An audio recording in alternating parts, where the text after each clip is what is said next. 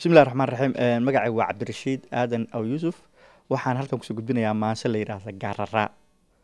waxa laga yaabaa ereygaas inuu inta badan dad badan ku cusub garara waa geed Soomaalida qaar ay u taqaano bahal yar ay u taqaano jirjiroole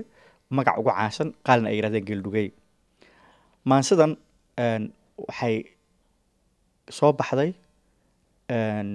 bishii January sanadkan 2014 maansadan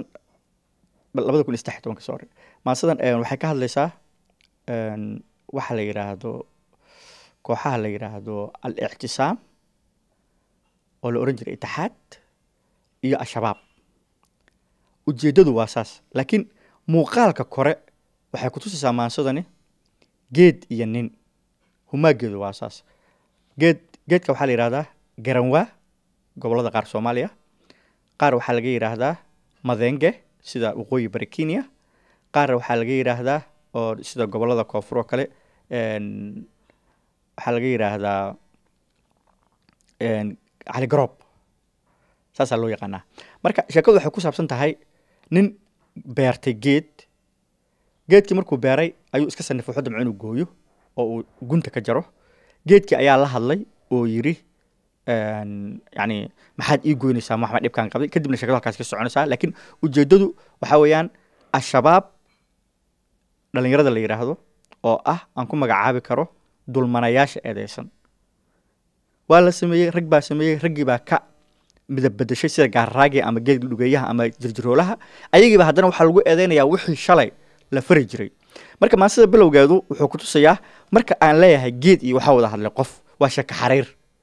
marka sheeka xariirta inta badan abwaanada Soomaaliyeed waxay yiraahdaan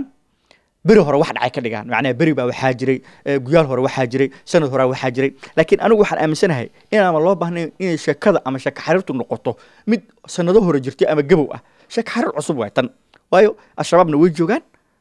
maxaan ku dhihi karaa wayna joogaan nimankii la jiray itixaad inkastoo magac bedesheen raggii ka dambeeyay falka hadda Soomaaliya ka socda haddana sheekho weyn noo anaka oo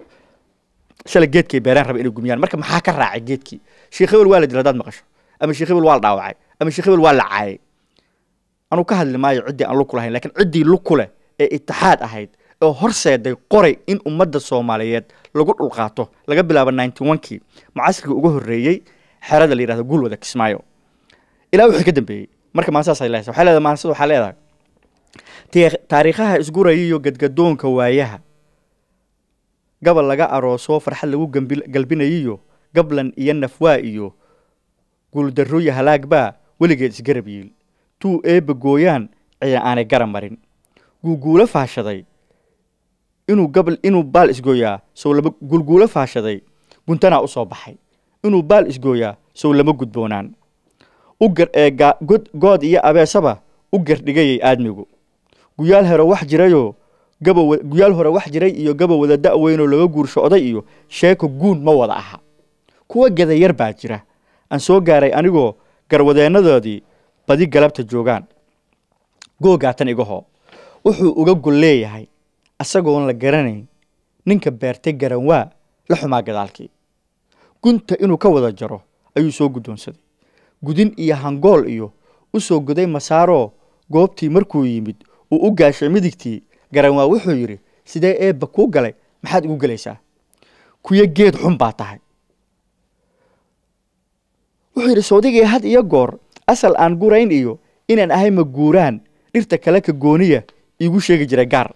soodigay had iyo goor sida goray dhashiisi gaarka iga hayn jiray adigay gardaad soo guubaabadaan ku soo gaaray heerkan inaad maanta gumar iyo igu sheegta geed baas war igalaya maahee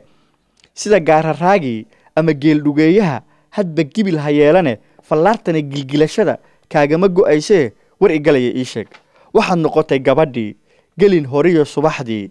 geedigii ay soohdiyo guntintay adkaysaba furfuraysay galabtii waa gabar reer maka ahayd oo quraanku uu sheegay sida tafsiirta qaar ay leeyihiin oo intay subaxii furfurto xarig haddana galabtii subaxoo dhan bay soo haysaa galabtii inuu furfurayso asna waa gadiisay ma garawsan hadalkii murankii guud dheeraa geesba geeski kale buu garmaqaatay inuu yahay ugu gaabshay hadalkii dadkii goobta joogana cid gar qaada nabadoo gogol fidisa laga waa afka la iska guulguul gownaxyada la wada buur indha laysku giirgiir gacma laysku taagtaag garbiskiyo isriixii laysasaariya gaadada laambaa gadoodoo guudkay dharbaaxiyo kaga keetay geesaha qodxihii galoolaa kaga goysay wiilkoo sii galaafta araggii gudintii iyo hangoolkii midba gees u duuloo gowriirsay meeshii wuxuu yidhi garaad xume gudda iyo mareerkiyo gololkiyo hareeriga gobka iyo mircoodkiyo inta geedsan ee bahay ku galladay dhulkeennii haddii aanan gees marin kaa keenin gobol kale ku soo saarin guudkoo gurigeega kugu furin kugu soorin gobannimo waa soo guduutiyo gabal soo dhacayaba gudcur miyaan ku jiri laa gocashaya shalaytadu waxba iima galayaan